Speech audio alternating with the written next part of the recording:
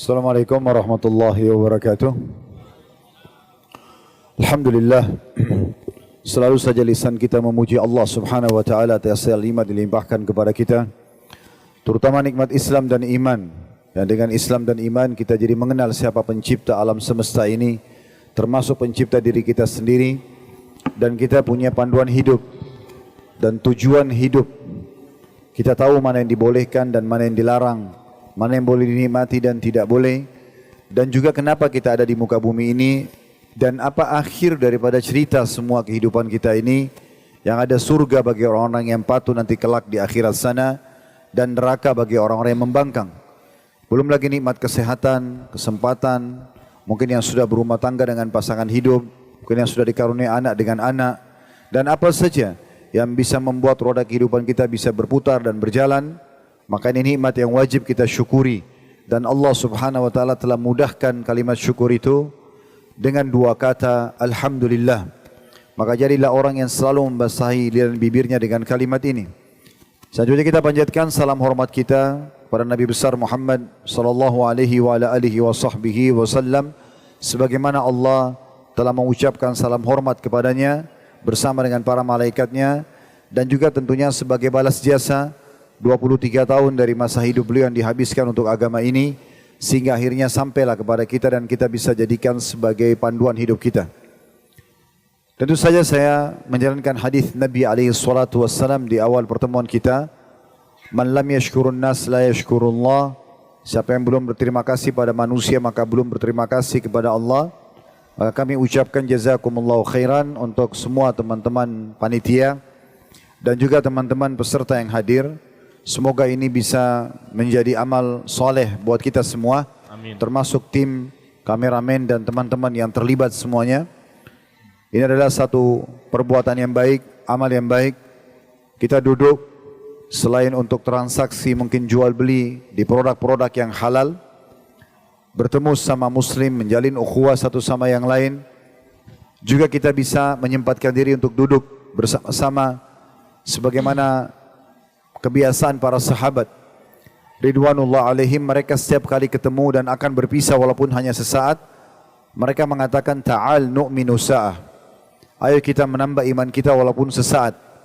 Walaupun di antara mereka hanya sempat membacakan surah Al-Asr saja dan temannya mendengarkan, wal asr, demi waktu dan masa yang dilalui di dunia ini yang sangat terbatas, innal insana lafi khusr, banyak sekali manusia yang rugi selama melalui kehidupan dunia tersebut, illal ladzina amanu wa amilus solihat, kecuali orang-orang yang beriman dan beramal saleh, sibuk dari amal saleh ke amal saleh yang lainnya. Wa tawassaw bil haqqi wa tawassaw bis sabr, saling memberikan peringatanlah tentang kebaikan ini, saling mewasiatkanlah dan saling mewasiatkanlah agar bersabar sampai ajal datang nanti di atas kebenaran. Maka kita insyaallah duduk di sini sekaligus mengisi waktu kita di waktu mustajab lepas asar hari Jumat ini untuk menghadiri majlis yang mulia, mendengarkan apa yang disampaikan oleh Allah subhanahu wa ta'ala dalam kitabnya, apa yang disampaikan oleh Rasulullah SAW melalui hadis-hadis beliau berhubungan dengan tentang hukum Allah subhanahu wa ta'ala. Mungkin tema kita pada kesempatan ini, kunci surga atau kunci sukses bagi seorang istri. Mungkin bagi ikhwan kita bertanya-tanya, ini kan tema buat akhwat, apa kira-kira kebaikannya buat saya? Banyak sekali. Jadi bukan hanya khusus akhwat saja, karena semua tema yang berhubungan tentang akhwat dibutuhkan oleh ikhwah. Semua tema yang dibahas tentang ikhwah dibutuhkan oleh akhwat. Karena kita bukan hidup sejenis, kita hidup bersama lawan jenis kita. Ada yang mahram, bagi laki-laki ada ibunya, ada tantenya, ada saudarinya. Nanti kalau dia menikah ada istrinya, ada anak perempuannya, ada ponakannya. Dan bagi akhwat, kalau yang dibahas berhubungan dengan masalah hukum laki-laki, maka dia punya paman, ayah, saudara laki-laki, ponakan, kalau dia sudah menikah suaminya. Begitu juga yang bukan mahramnya, kalau dia mengajar di sebuah sekolah, di sebuah majlis, hukum-hukum ini tetap semua dibutuhkan. Dan bahasan kita tentang masalah kunci surga bagi seorang istri Ini sangat dibutuhkan bagi setiap suami agar mereka memandu istrinya supaya mendapatkan kunci surga itu. Dan bagi akhwat, mereka butuh agar mereka bisa meraih kunci itu dengan cara memahami tema yang akan kita bahas. Dan supaya suasananya lebih hidup, kita akan buat ini dalam bentuk talk show, bukan murni pengajian. Dan kemudian kita akan kembangkan dengan pertanyaan insyaAllah ke depannya. Fadlan. Ya, baik. Bicara tentang kunci surga untuk seorang istri ini, Ustaz. Berarti kan artinya istri ini ada tiket khusus gitu, Ustaz. Sampai bisa dikatakan talk show kita ini ada kunci nih untuk seorang istri. Nah, sebetulnya apa, Ustaz, yang membuat kenapa seorang istri ini harus taat kepada suaminya, Ustaz? Jadi kalau kita bahas tentang masalah kunci surga, tentu buat laki-laki dan perempuan. Ya. Cuma karena tema kita lebih fokus kepada sosok istri dan nanti akan jadi ibu kalau dia sudah punya anak, maka kita akan lebih banyak membahas ke arah situ agar nanti tiang pintu rumah ini, istilah ini digunakan oleh Nabi Ibrahim AS kepada anaknya Ismail AS pada saat membahasakan tentang istri. Beliau mengatakan tiang pintu rumah. Di saat beliau menemukan istri pertama Nabi Ismail AS tidak patuh, bahkan pada saat ditanya bagaimana kehidupan rumah tangga kalian oleh Nabi Ibrahim AS, isinya berkeluh kesah, semuanya serba kurang, semuanya keluhan, dan tidak ada yang disyukuri kepada Allah Subhanahu wa Ta'ala. Maka kata Ibrahim AS kepada anak mantunya, nanti kalau suamimu pulang, Ismail, kebetulan Nabi Ismail AS waktu itu lagi sedang berburu dan belum bertemu dengan Ibrahim AS. Nanti kalau suamimu pulang, Ismail sampaikan ada seorang tamu bernama Ibrahim datang dan sampaikan agar dia mengganti tiang pintu rumahnya. Dari istilah tiang pintu rumah untuk para istri itu digunakan oleh Nabi Ibrahim AS. Karena memang keputusan tentramnya rumah tangga dan juga bahagianya, ceriahnya ada di tangan istri. Kalau untuk keamanannya, manajemennya itu suami. Jadi bisa saja seorang suami memanage dengan rapi masalah nafkah bulanan, masalah keamanan, tinggal di satu komplek yang aman misalnya, di satu negeri atau kota yang aman. Namun kalau sang istri tidak bisa membuat suasana dalam rumahnya ceria dengan masakannya yang enak, dengan penampilannya dan sambutannya yang ramah, ya, dengan kesabarannya, dengan senyumnya, dengan pendidikan anak yang baik, penataan rumah yang nyaman, maka tentu saja manajemen itu tidak akan sempurna. Tentu ini timbal balik. Artinya, kalaupun sang istri ceria, ya, kemudian mengatur dengan baik apa yang memang merupakan kewajiban dia, namun sang suami membengkalaikan manajemennya, keamanannya, tidak memberikan nafkah, tidak memberikan perlindungan, juga tidak akan berjalan rumah tangga dengan baik. Maka ini harus satu sama yang lain mendukung. Kalau tadi pertanyaan Akhambar tentang masalah kenapa di awal pertanyaannya istri itu harus patuh pada suami. Pertanyaan ini mungkin mewakili semua akhwat ya. Kenapa pada saat saya sudah menikah, dalam hukum Allah Subhanahu wa Ta'ala, ketaatan nomor satu, bakti nomor satu, penghormatan nomor satu, pindah dari kedua orang tua ke suami. Kira-kira apa sebabnya? Kita akan jawab dari dua sisi. Sisi yang pertama dari pandangan syariat, sisi yang kedua adalah dari status sosial itu sendiri. Kalau dari syariat Allah Subhanahu wa Ta'ala, karena memang ini perintah Allah. Allah menciptakan laki-laki dan perempuan cuma dua jenis, nggak ada jenis kelamin yang ketiga. Dan Allah sebagai pencipta yang memilih laki-laki sebagai pemimpin. Makanya Allah Subhanahu wa Ta'ala berfirman, Ar-rijalu qawwamuna 'alan nisa. Laki-laki memang pemimpin, keputusan mutlak dari sang pencipta Allah bagi para wanita. Pemimpin berarti dia akan melindungi, menaungi, memanage, ya. Dan yang sedang dipimpin patuh dan juga mendengar. Dan tidak ada jenis kelamin yang ketiga. Dan Allah Subhanahu wa Ta'ala melarang kita untuk saling cemburu satu sama yang lain. Enggak boleh laki-laki mengatakan enak ya jadi perempuan, tinggal di rumah, masak, urus anak, layani suami, mati masuk surga. Nggak boleh juga perempuan mengatakan enak jadi laki-laki ya. Keluar rumah tinggal kerja, nggak pusing dengan urus anak, cuci baju, masak. Karena Allah SWT katakan dalam Al-Quran, وَلَا تَتَمَنَّ مَا فَضَّلَ اللَّهُ بَعْدُكُمْ عَلَى بَعْدٍ لِلرِّجَالِ نَصِيبٌ مِّمَّا اكْتَسَبُوا وَلِلنِّسَاءِ نَصِيبٌ مِّمَّا اكْتَسَبْنَ وَاسْأَلُوا اللَّهَ مِنْ فَضْلِهِ. Al-ayah. Janganlah kalian saling cemburu satu sama yang lain, wahai laki-laki dan perempuan.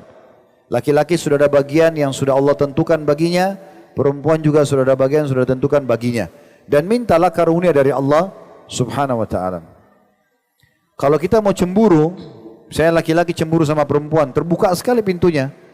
Karena perempuan punya setiap bulan haid. Haid normalnya 4 hari sampai 6 hari. 6 sampai 7 hari. Anggaplah normalnya 7 hari, sepekan misalnya. Berarti ada 7 hari dalam 1 bulan, setiap muslim yang sudah balik dan belum menopause, itu akan absen sholat 1 minggu. Laki-laki tidak ada absennya. Kalau mau dihitung-hitung, berarti dalam 1 bulan, laki-laki lebih banyak jumlah sholatnya secara kuantitas, jumlah. Karena kita 4 pekan semuanya sholat, perempuan cuma 3 pekan sholatnya. Kalau akumulasi 60 tahun hidup, 60 tahun sholat maksud saya, bukan hidup, 60 tahun sholat, mulai balik sampai meninggal, 60 tahun. Anggap berarti umurnya dia 75 tahun, misalnya 15 tahun masa sebelum balik. 60 tahun semuanya sholat, berarti laki-laki kalau dia full sholat 60 tahun, dia 60 tahun sholat. Kalau akhwat dikurangi seperempatnya, berarti cuma 45 tahun dia sholat. Tapi Allah Subhanahu wa ta'ala sudah mengatur demikian. Kita nggak boleh cemburu. Laki-laki biar menangis darah nggak bakal mungkin bisa hamil dan melahirkan. Bagaimanapun mereka berupaya, seperti orang sekarang operasi kelamin, mengubah kondisi mereka, tetap nggak bisa. Itu memang khas bagi perempuan. Itu juga dengan menyusui. Dan laki-laki punya tugas-tugas yang berbeda, mencari nafkah, ya kemudian melindungi dan segala macam. Ini memang semua masing-masing punya tugas. Jadi yang pertama karena perintah Allah Subhanahu wa ta'ala, dan tugas kita sebagaimana Allah katakan dalam Al-Quran, maka kana li mu'minin wala mu'minatin idza qada Allahu wa rasuluhu amran an yakuna lahumul khiyaratu min amrihim. Tidak layak kata Allah Subhanahu wa ta'ala bagi mukmin laki-laki dan mukminah perempuan, kalau Allah dan Rasulnya sudah menentukan sebuah hukum, mereka masih punya pilihan yang lain. Sudah begitu Allah aturkan, ya begitu kita patuhi. Allah memang memerintahkan yang sedang dipimpin istri patuh kepada suami yang memimpin. Tentu kepatuhan ini bukan pada hal-hal yang melanggar agama. Kapan perintah suami melanggar agama, maka gugur kewajiban bakti tersebut, kepatuhan tersebut. Sebagaimana sabda Nabi SAW, la ta'ata illa fi ma'ruf. Tidak ada ketaatan baik kepada kedua orang tua, baik kepada suami, ya, baik kepada pemimpin wilayah selama atau hanya pada kebaikan yang dibolehkan dalam agama. Dalam riwayat lain, la ta'ata li makhlukin fi ma'siyati khaliq. Tidak boleh ada ketaatan kepada makhluk yang berbau maksiat kepada sang pencipta Allah. Jadi ini alasan pertama kenapa istri patuh, karena perintah Allah Subhanahu wa ta'ala. Yang kedua, jenjang sosial. Bagaimana Allah enggak perintahkan istri untuk patuh? Bagaimana Nabi SAW tidak ucapkan kepada Muadz bin Jabal radhiyallahu anhu, kalau seandainya boleh sujud kepada selain Allah, saya akan suruh istri sujud sama suaminya. Bagaimana Nabi SAW tidak sebutkan itu? Dan bagaimana Aisyah tidak mengatakan, wahai para wanita, kalau kalian tahu bagaimana besarnya hak suami kalian pada diri kalian, maka kalian akan mengambil debu bekas kakinya dan kalian akan letakkan di pipi kalian. Karena memang suami ini bukan ayah, suami ini bukan saudara, suami ini bukan paman, orang lain. Dan Allah memang mengatur menikahnya sama yang bukan mahram. Laki-laki asing. Saya sama teman-teman di sini dengan istri kita awalnya bukan mahram, tapi setelah menikah menjadi mahram. Dan Allah bebankan kita sebagai suami kewajiban untuk menggantikan posisi ayah dia dari sisi perlindungan, nafkah, keamanan. Kita kerja atau kita berusaha sampai sarjana lalu kerja, atau misalnya kita berusaha walaupun tidak sarjana, misalnya punya usaha, Kemudian setelah kita banting tulang sebulan, kita memenuhi kebutuhan istri kita.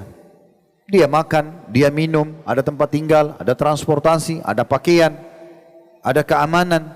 Padahal laki-laki ini orang asing. Allah yang memerintahkan dia untuk itu. Nah, balas jasa dari semua yang diwajibkan Allah kepada sang suami untuk memenuhi makannya, minumnya, tidurnya, pakaiannya, keamanannya, sang istri ini itu dengan kepatuhan. Jadi secara sosial memang karena ini orang asing, lalu kemudian tiba-tiba dia diwajibkan untuk berkorban, maka sangat wajar kalau untuk dipatuhi. Maka sangat wajar untuk dipatuhi.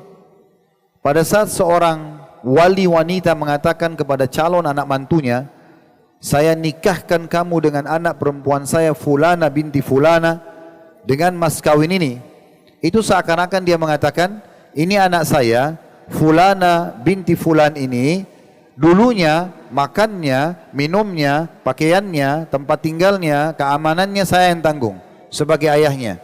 Sekarang saya serahkan ke kamu, terima enggak? Jadi di saat sang suami mengatakan saya terima nikahnya, saya siap. Makannya, minumnya, tempat tinggalnya, pendidikannya, keamanannya saya yang ambil. Maka pindah beralih ketaatan karena sudah pindah semua kewajiban kepada orang asing ini, ya, yang tadinya tidak dikenal sebelumnya, lalu harus memberikan semua itu.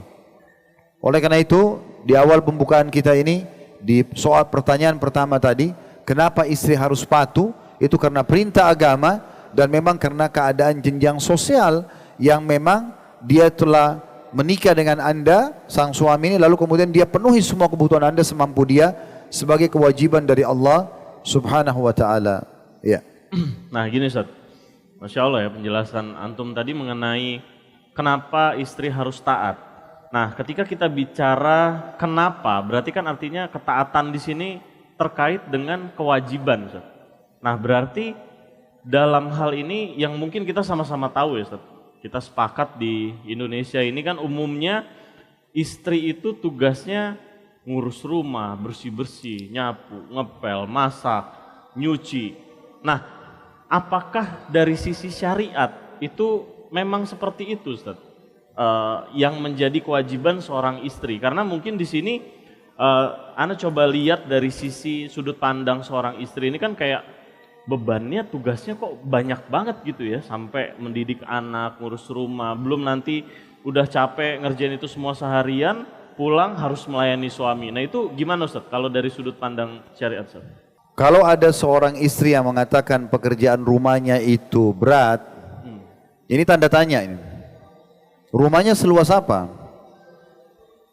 Luasnya seluas apa? 1 hektar kah? Luas rumah umumnya orang, tipe 36, tipe 60, jarang sekali umumnya orang ya, punya rumah besar tuh jarang. Ada, tapi jarang. Kalaupun ada, dia juga yang menikmatinya. Dan dia hanya berputar-putar dari kamar tidur, ke ruang tamu, ke meja makan, ke dapur. Apanya yang berat itu? Ini dulu kita perlu perbaiki persepsinya. Jadi kalau ada wanita yang mengatakan pekerjaan rumah, mencuci, menyapu, memasak dan segala macamnya adalah sebuah hal yang berat, ini keliru. Tidak ada tantangannya. Semua di depan mata. Mana lebih besar dengan laki-laki yang keluar, resiko cuaca, resiko kecelakaan, resiko jiwa bisa diganggu orang, bisa bahkan sampai mengorbankan nyawa karena cari nafkah. Ya. Buru-buru kasar itu luar biasa mereka, ngangkat batu. Ya, tidak peduli lagi tentang masalah tulangnya nanti bermasalah, urat saraf terjepitkah, kulitnya terbakarkah, mereka sudah tidak peduli lagi. Jauh lebih berat laki-laki itu. Ini diperbaiki dulu persepsinya. Plus lagi Allah ringankan, karena tugasnya di rumah, nggak usah ke masjid.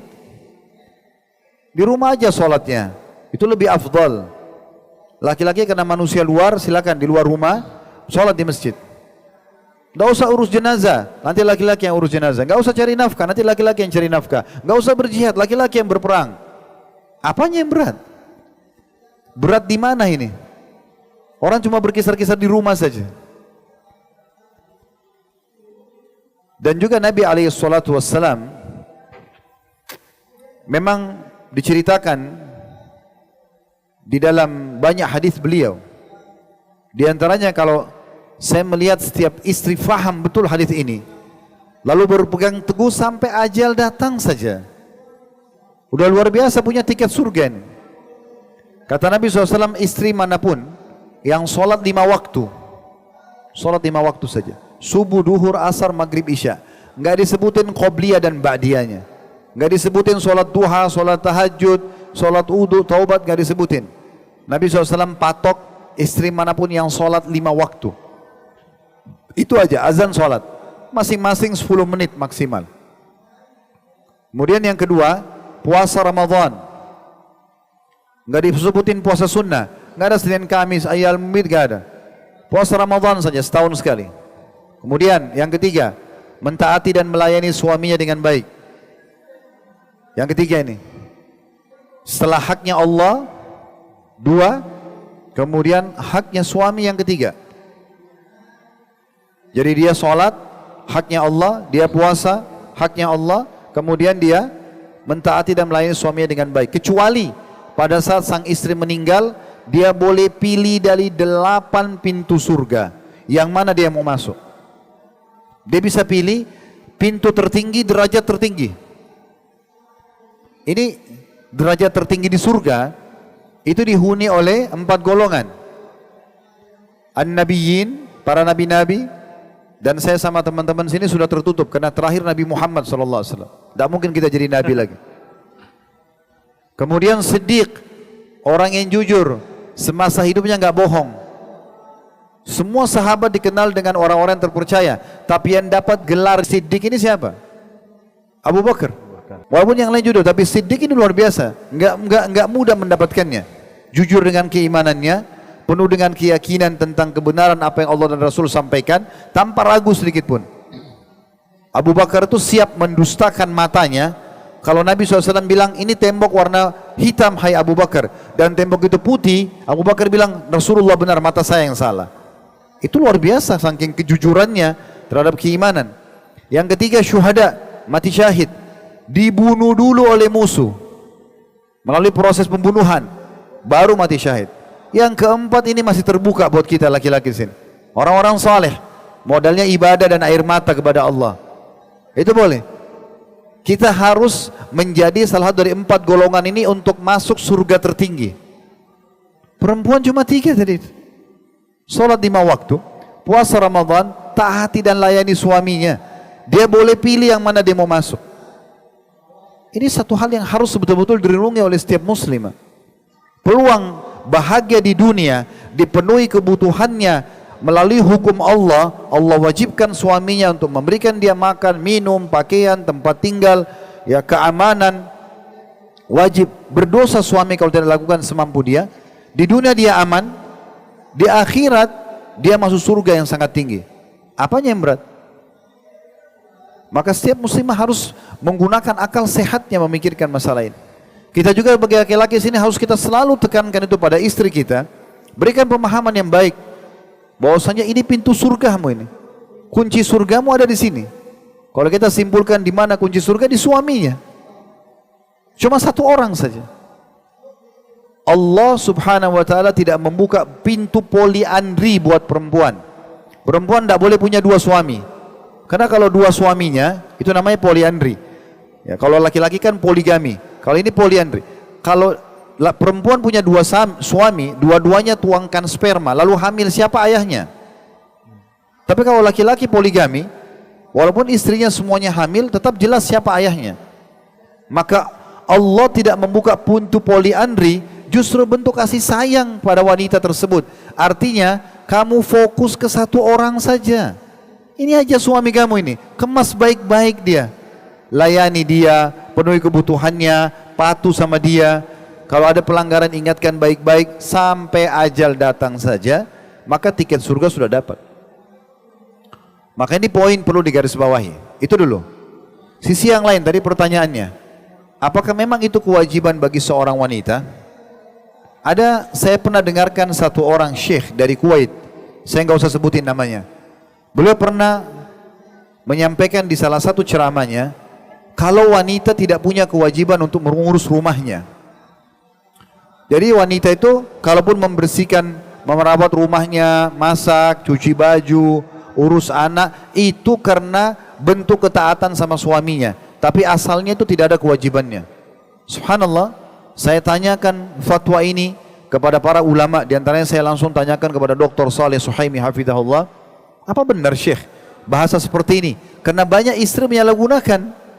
Itu sudah diterimakan dalam bahasa Indonesia, digunakan fatwa itu seakan-akan, tuh kan saya nggak wajib kok urus rumah, saya nggak wajib kok untuk masak, saya nggak wajib kok bersihin rumah.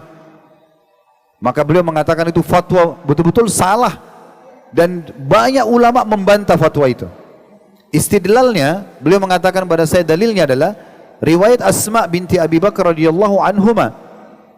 Ini wanita yang mulia menikah dengan Zubair bin Awam, dan dia menceritakan, kalau saya mengurus semua kebutuhan Zubair di rumah, membersihkan rumah, mencuci pakaian, bahkan kata Asma, saya mengambil air yang saya pikul di kepala saya dari tempat yang jauh, dan saya juga menggantikan sepatu kudanya Zubair. Dan itu ditahu oleh Nabi SAW, Nabi membenarkan. Jadi kalau ada orang mengatakan, oh itu tidak wajib buat saya, ini hanya mau lepas dari kewajiban dia. Lalu bagaimana teman-teman sekalian supaya kewajiban kita jadi ringan? Baik kita laki-laki dengan mencari nafkah, melindungi, ya. Bagaimana supaya kita ikhlas? Hasil keringat kita, kita biarkan istri dan anak kita yang menikmatinya. Bagaimana juga seorang istri menikmati rumahnya? Setiap jengkar rumah dia tahu adalah kewajibannya menjaganya, maka dia merawatnya. Caranya sederhana, nikmati saja itu. Nikmati. Kita bekerja cari nafkah, ini laki-laki nikmati saja pekerjaan, yang penting halal. Lalu kita niatkan untuk mencari pahala dengan memberikan kepada istri. Begitu juga sang istri, merawat rumah, ya, mengurus, masak, menyapu, mengepel, walaupun ya ada tambahan keringanan lagi. Dibolehkan bagi setiap muslimah di saat suaminya mengizinkan untuk memakai tenaga pembantu rumah tangga. Para ummahatil mu'minin ridwanullah alaihinna, Aisyah, Ummu Salamah, mereka punya pembantu. Waktu disebarkan isu perzinahan Aisyah dengan Safwan secara dusta oleh Ubaidillah bin Abi Salul, kepala munafikin di Madinah, maka Nabi SAW waktu itu belum terima wahyu. Benar nggak sih gosip ini? Kalau istri beliau berzina? Maka beliau diskusi dengan beberapa sahabat, diantaranya Ali bin Abi Thalib radhiyallahu anhu. Dan Ali mengatakan, ya Rasulullah, orang yang paling dekat dengan Aisyah pembantunya. Tanyakan pembantunya, karena itu orang yang tiap hari bersama-sama dengan dia. Kita nggak sedang cerita tentang masalah kisah ifk, kisah tentang fitnah itu, tapi kita ambil saksi bahasan Aisyah punya pembantu. Ummu Salamah juga disebutkan begitu. Nabi SAW pernah di rumah Ummu Salamah memanggil-manggil pembantu Ummu Salamah. Lalu pembantu itu tidak datang. Maka Ummu Salamah datang ke kamar pembantu lalu melihat dia sedang bermain dengan domba kecil. Maka kata Ummu Salamah, mengapa saya mendengar Rasulullah SAW memanggilmu, namun kau tidak menjawabnya? Maka kata pembantu tersebut, demi Allah saya tidak mendengarnya. Lalu dia datang kepada Nabi SAW mengatakan, ya Rasulullah, demi zat yang mengutus anda dengan kebenaran, saya tidak dengar panggilan anda. Maka kata Nabi SAW, kalau bukan karena qisas, ada balasan hukuman di fisik, saya akan hukum kamu dengan kayu siwak ini. Tapi saksi bahasannya ada pembantu Ummu Salamah. Ini keringanan yang lain lagi. Kapan dia kerjakan dengan tangannya sendiri, jauh lebih besar pahalanya. Riwayat yang sahih menyebutkan tentang anak Nabi SAW, wanita mulia, salah satu dari 4 pemimpin surga, Fatimah radhiyallahu anha al-Batul, di mana beliau pada saat melihat Nabi SAW memiliki banyak harta rampasan perang, termasuk tawanan-tawanan perang dari kalangan wanita, maka Fatimah datang lalu mengatakan, wahai ayahku, wahai Rasulullah, lihatlah tanganku, sampai memperlihatkan kedua telapak tangannya yang sudah ya banyak terkelupas karena sibuknya mencuci baju, membersihkan rumah, merawat suaminya Ali, merawat anaknya Hasan dan Husain radhiyallahu anhum ajma'in. Maka Fatimah bilang, ya Rasulullah, tolong kasih saya satu orang dari budak-budak itu supaya bisa membantu saya di rumah. Apa yang terjadi? Nabi SAW ingin memberikan anaknya sebuah pendidikan penting dan bagaimana mendapatkan ekstra pahala. Kata dia, wahai Fatimah, mau nggak saya tunjukkan kepada kamu sesuatu yang lebih baik daripada pembantu itu? Padahal Nabi bisa kasih, tapi Nabi bilang, Maka bacalah sebelum tidur, Subhanallah 33, Alhamdulillah 33, Allahu Akbar 33. Dalam riwayat lain 34 Allahu Akbarnya. Jadi Nabi SAW memberikan gambaran, ini lebih afdal loh kalau kau kerjakan dengan tanganmu sendiri. Jadi kalau ada yang mengatakan itu bukan wajib bagi saya, lalu bagaimana dengan Fatimah tadi? Sampai tangannya rusak. Bagaimana dengan Asma sampai menggantikan sepatu kudanya Zubair, gitu kan? Bagaimana dengan Ummahatil Mukminin yang selalu membersihkan rumah mereka?